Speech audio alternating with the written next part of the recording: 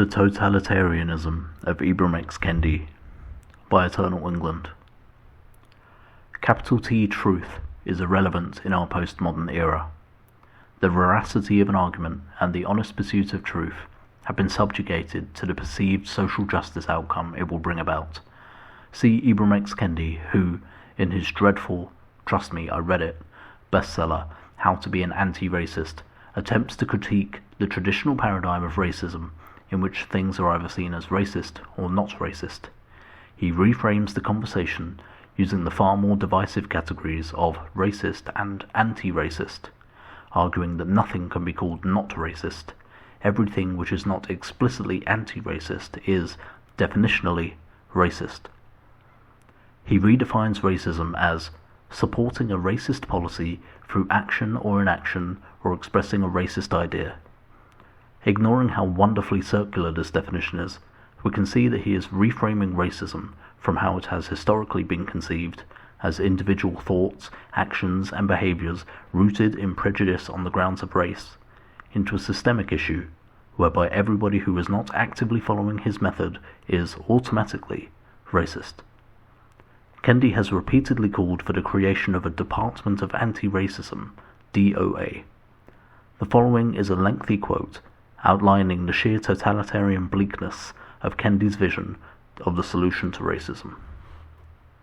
To fix the original sin of racism, Americans should pass an anti-racist amendment to the US Constitution that enshrines two guiding anti-racist principles.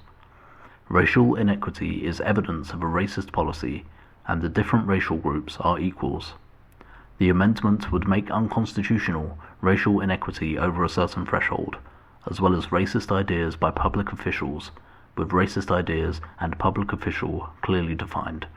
It would establish and permanently fund the Department of Anti-Racism, DOA, comprised of formally trained experts on racism and no political appointees.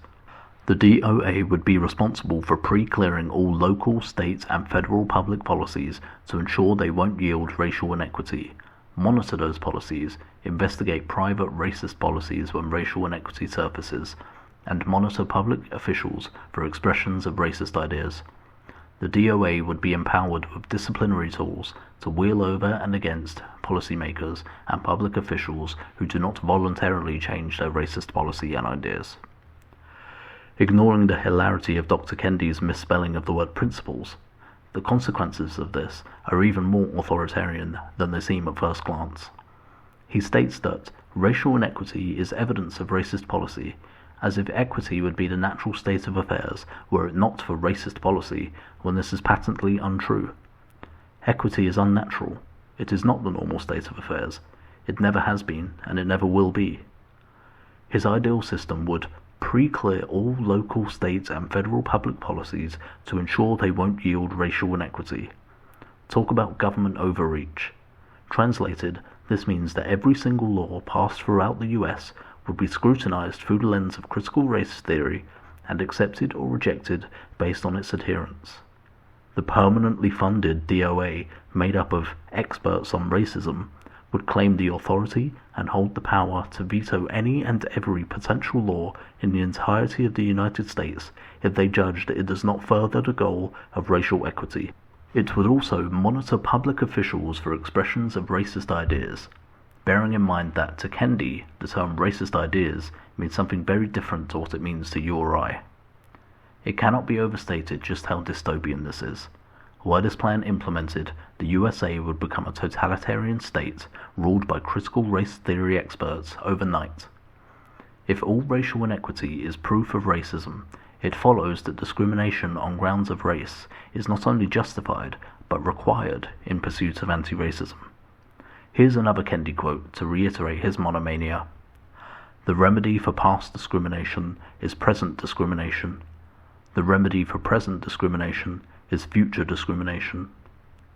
No, that's not a quote from 1984. Leftists are so ideologically captured that they can unironically call for open discrimination in the name of anti-discrimination. In the anti-racist hellhole that would exist were Kendi in power, the ideological tunnel vision would quickly become all-encompassing, stretching its way into every area of life. Think of such diverse fields as history, psychology, medicine, mathematics, English literature, geography. Any claim or exploration either furthers the cause of social justice or else hinders it, in the same sense as one can either be anti-racist or racist, with no middle ground.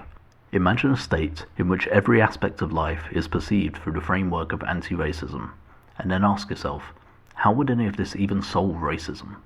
It wouldn't. If anything, it would make it worse, as the majority white population becomes fed up of being crushed under the minoritarian boot heel and preached at and castigated incessantly for views they do not hold and systems they have never participated in any meaningful way.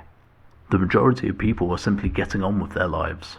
The original sin of racism is a ploy to gain inordinate power for a small group of people, so-called anti-racism experts, who have found the secret to stamping out wrongthink. As Orwell so aptly puts it, to many people calling themselves socialists, revolution does not mean a movement of the masses with which they hope to associate themselves. It means a set of reforms which we, the clever ones, are going to impose upon them, the lower orders. It is ironic, or perhaps it isn't, that precisely as social justice causes reach a point of incredible progress, minorities have never been more free. Leftists must up the ante in order to stay relevant. It is made all the more hollow by the easily observable fact that the left has become the establishment. They are no longer fighting the system, they have become the system. Racism is at an all-time low in Western countries, institutional sexism all but extinct, homosexuality and homosexual marriage legalized, almost all forms of degeneracy celebrated on television and social media, and there is fairly widespread cultural acceptance of trans-identifying individuals. Well, these things were true until the left began pushing too far. We now see race relations declining from their peak a few short years ago. People are increasingly frustrated about the sheer levels of degeneracy they see around them. Just look at the reactions to Pride events each year. Roe vs. Wade was overturned, amid rising despair at the thought of the hundreds of thousands of babies killed each year in murders of convenience. As the left pushes and pushes, regular people feel their lives being more and more impinged on. Backlash to disgusting events such as the Drag Queen Story Hour have risen as the phenomenon becomes more prominent. It is impossible to watch television without being propagandized about diversity. But the left will never stop pushing, despite the clearly negative effect it is doing to their cause. If they were smart, they would accept the massive gains they have made over the last decade and lay low for a little while.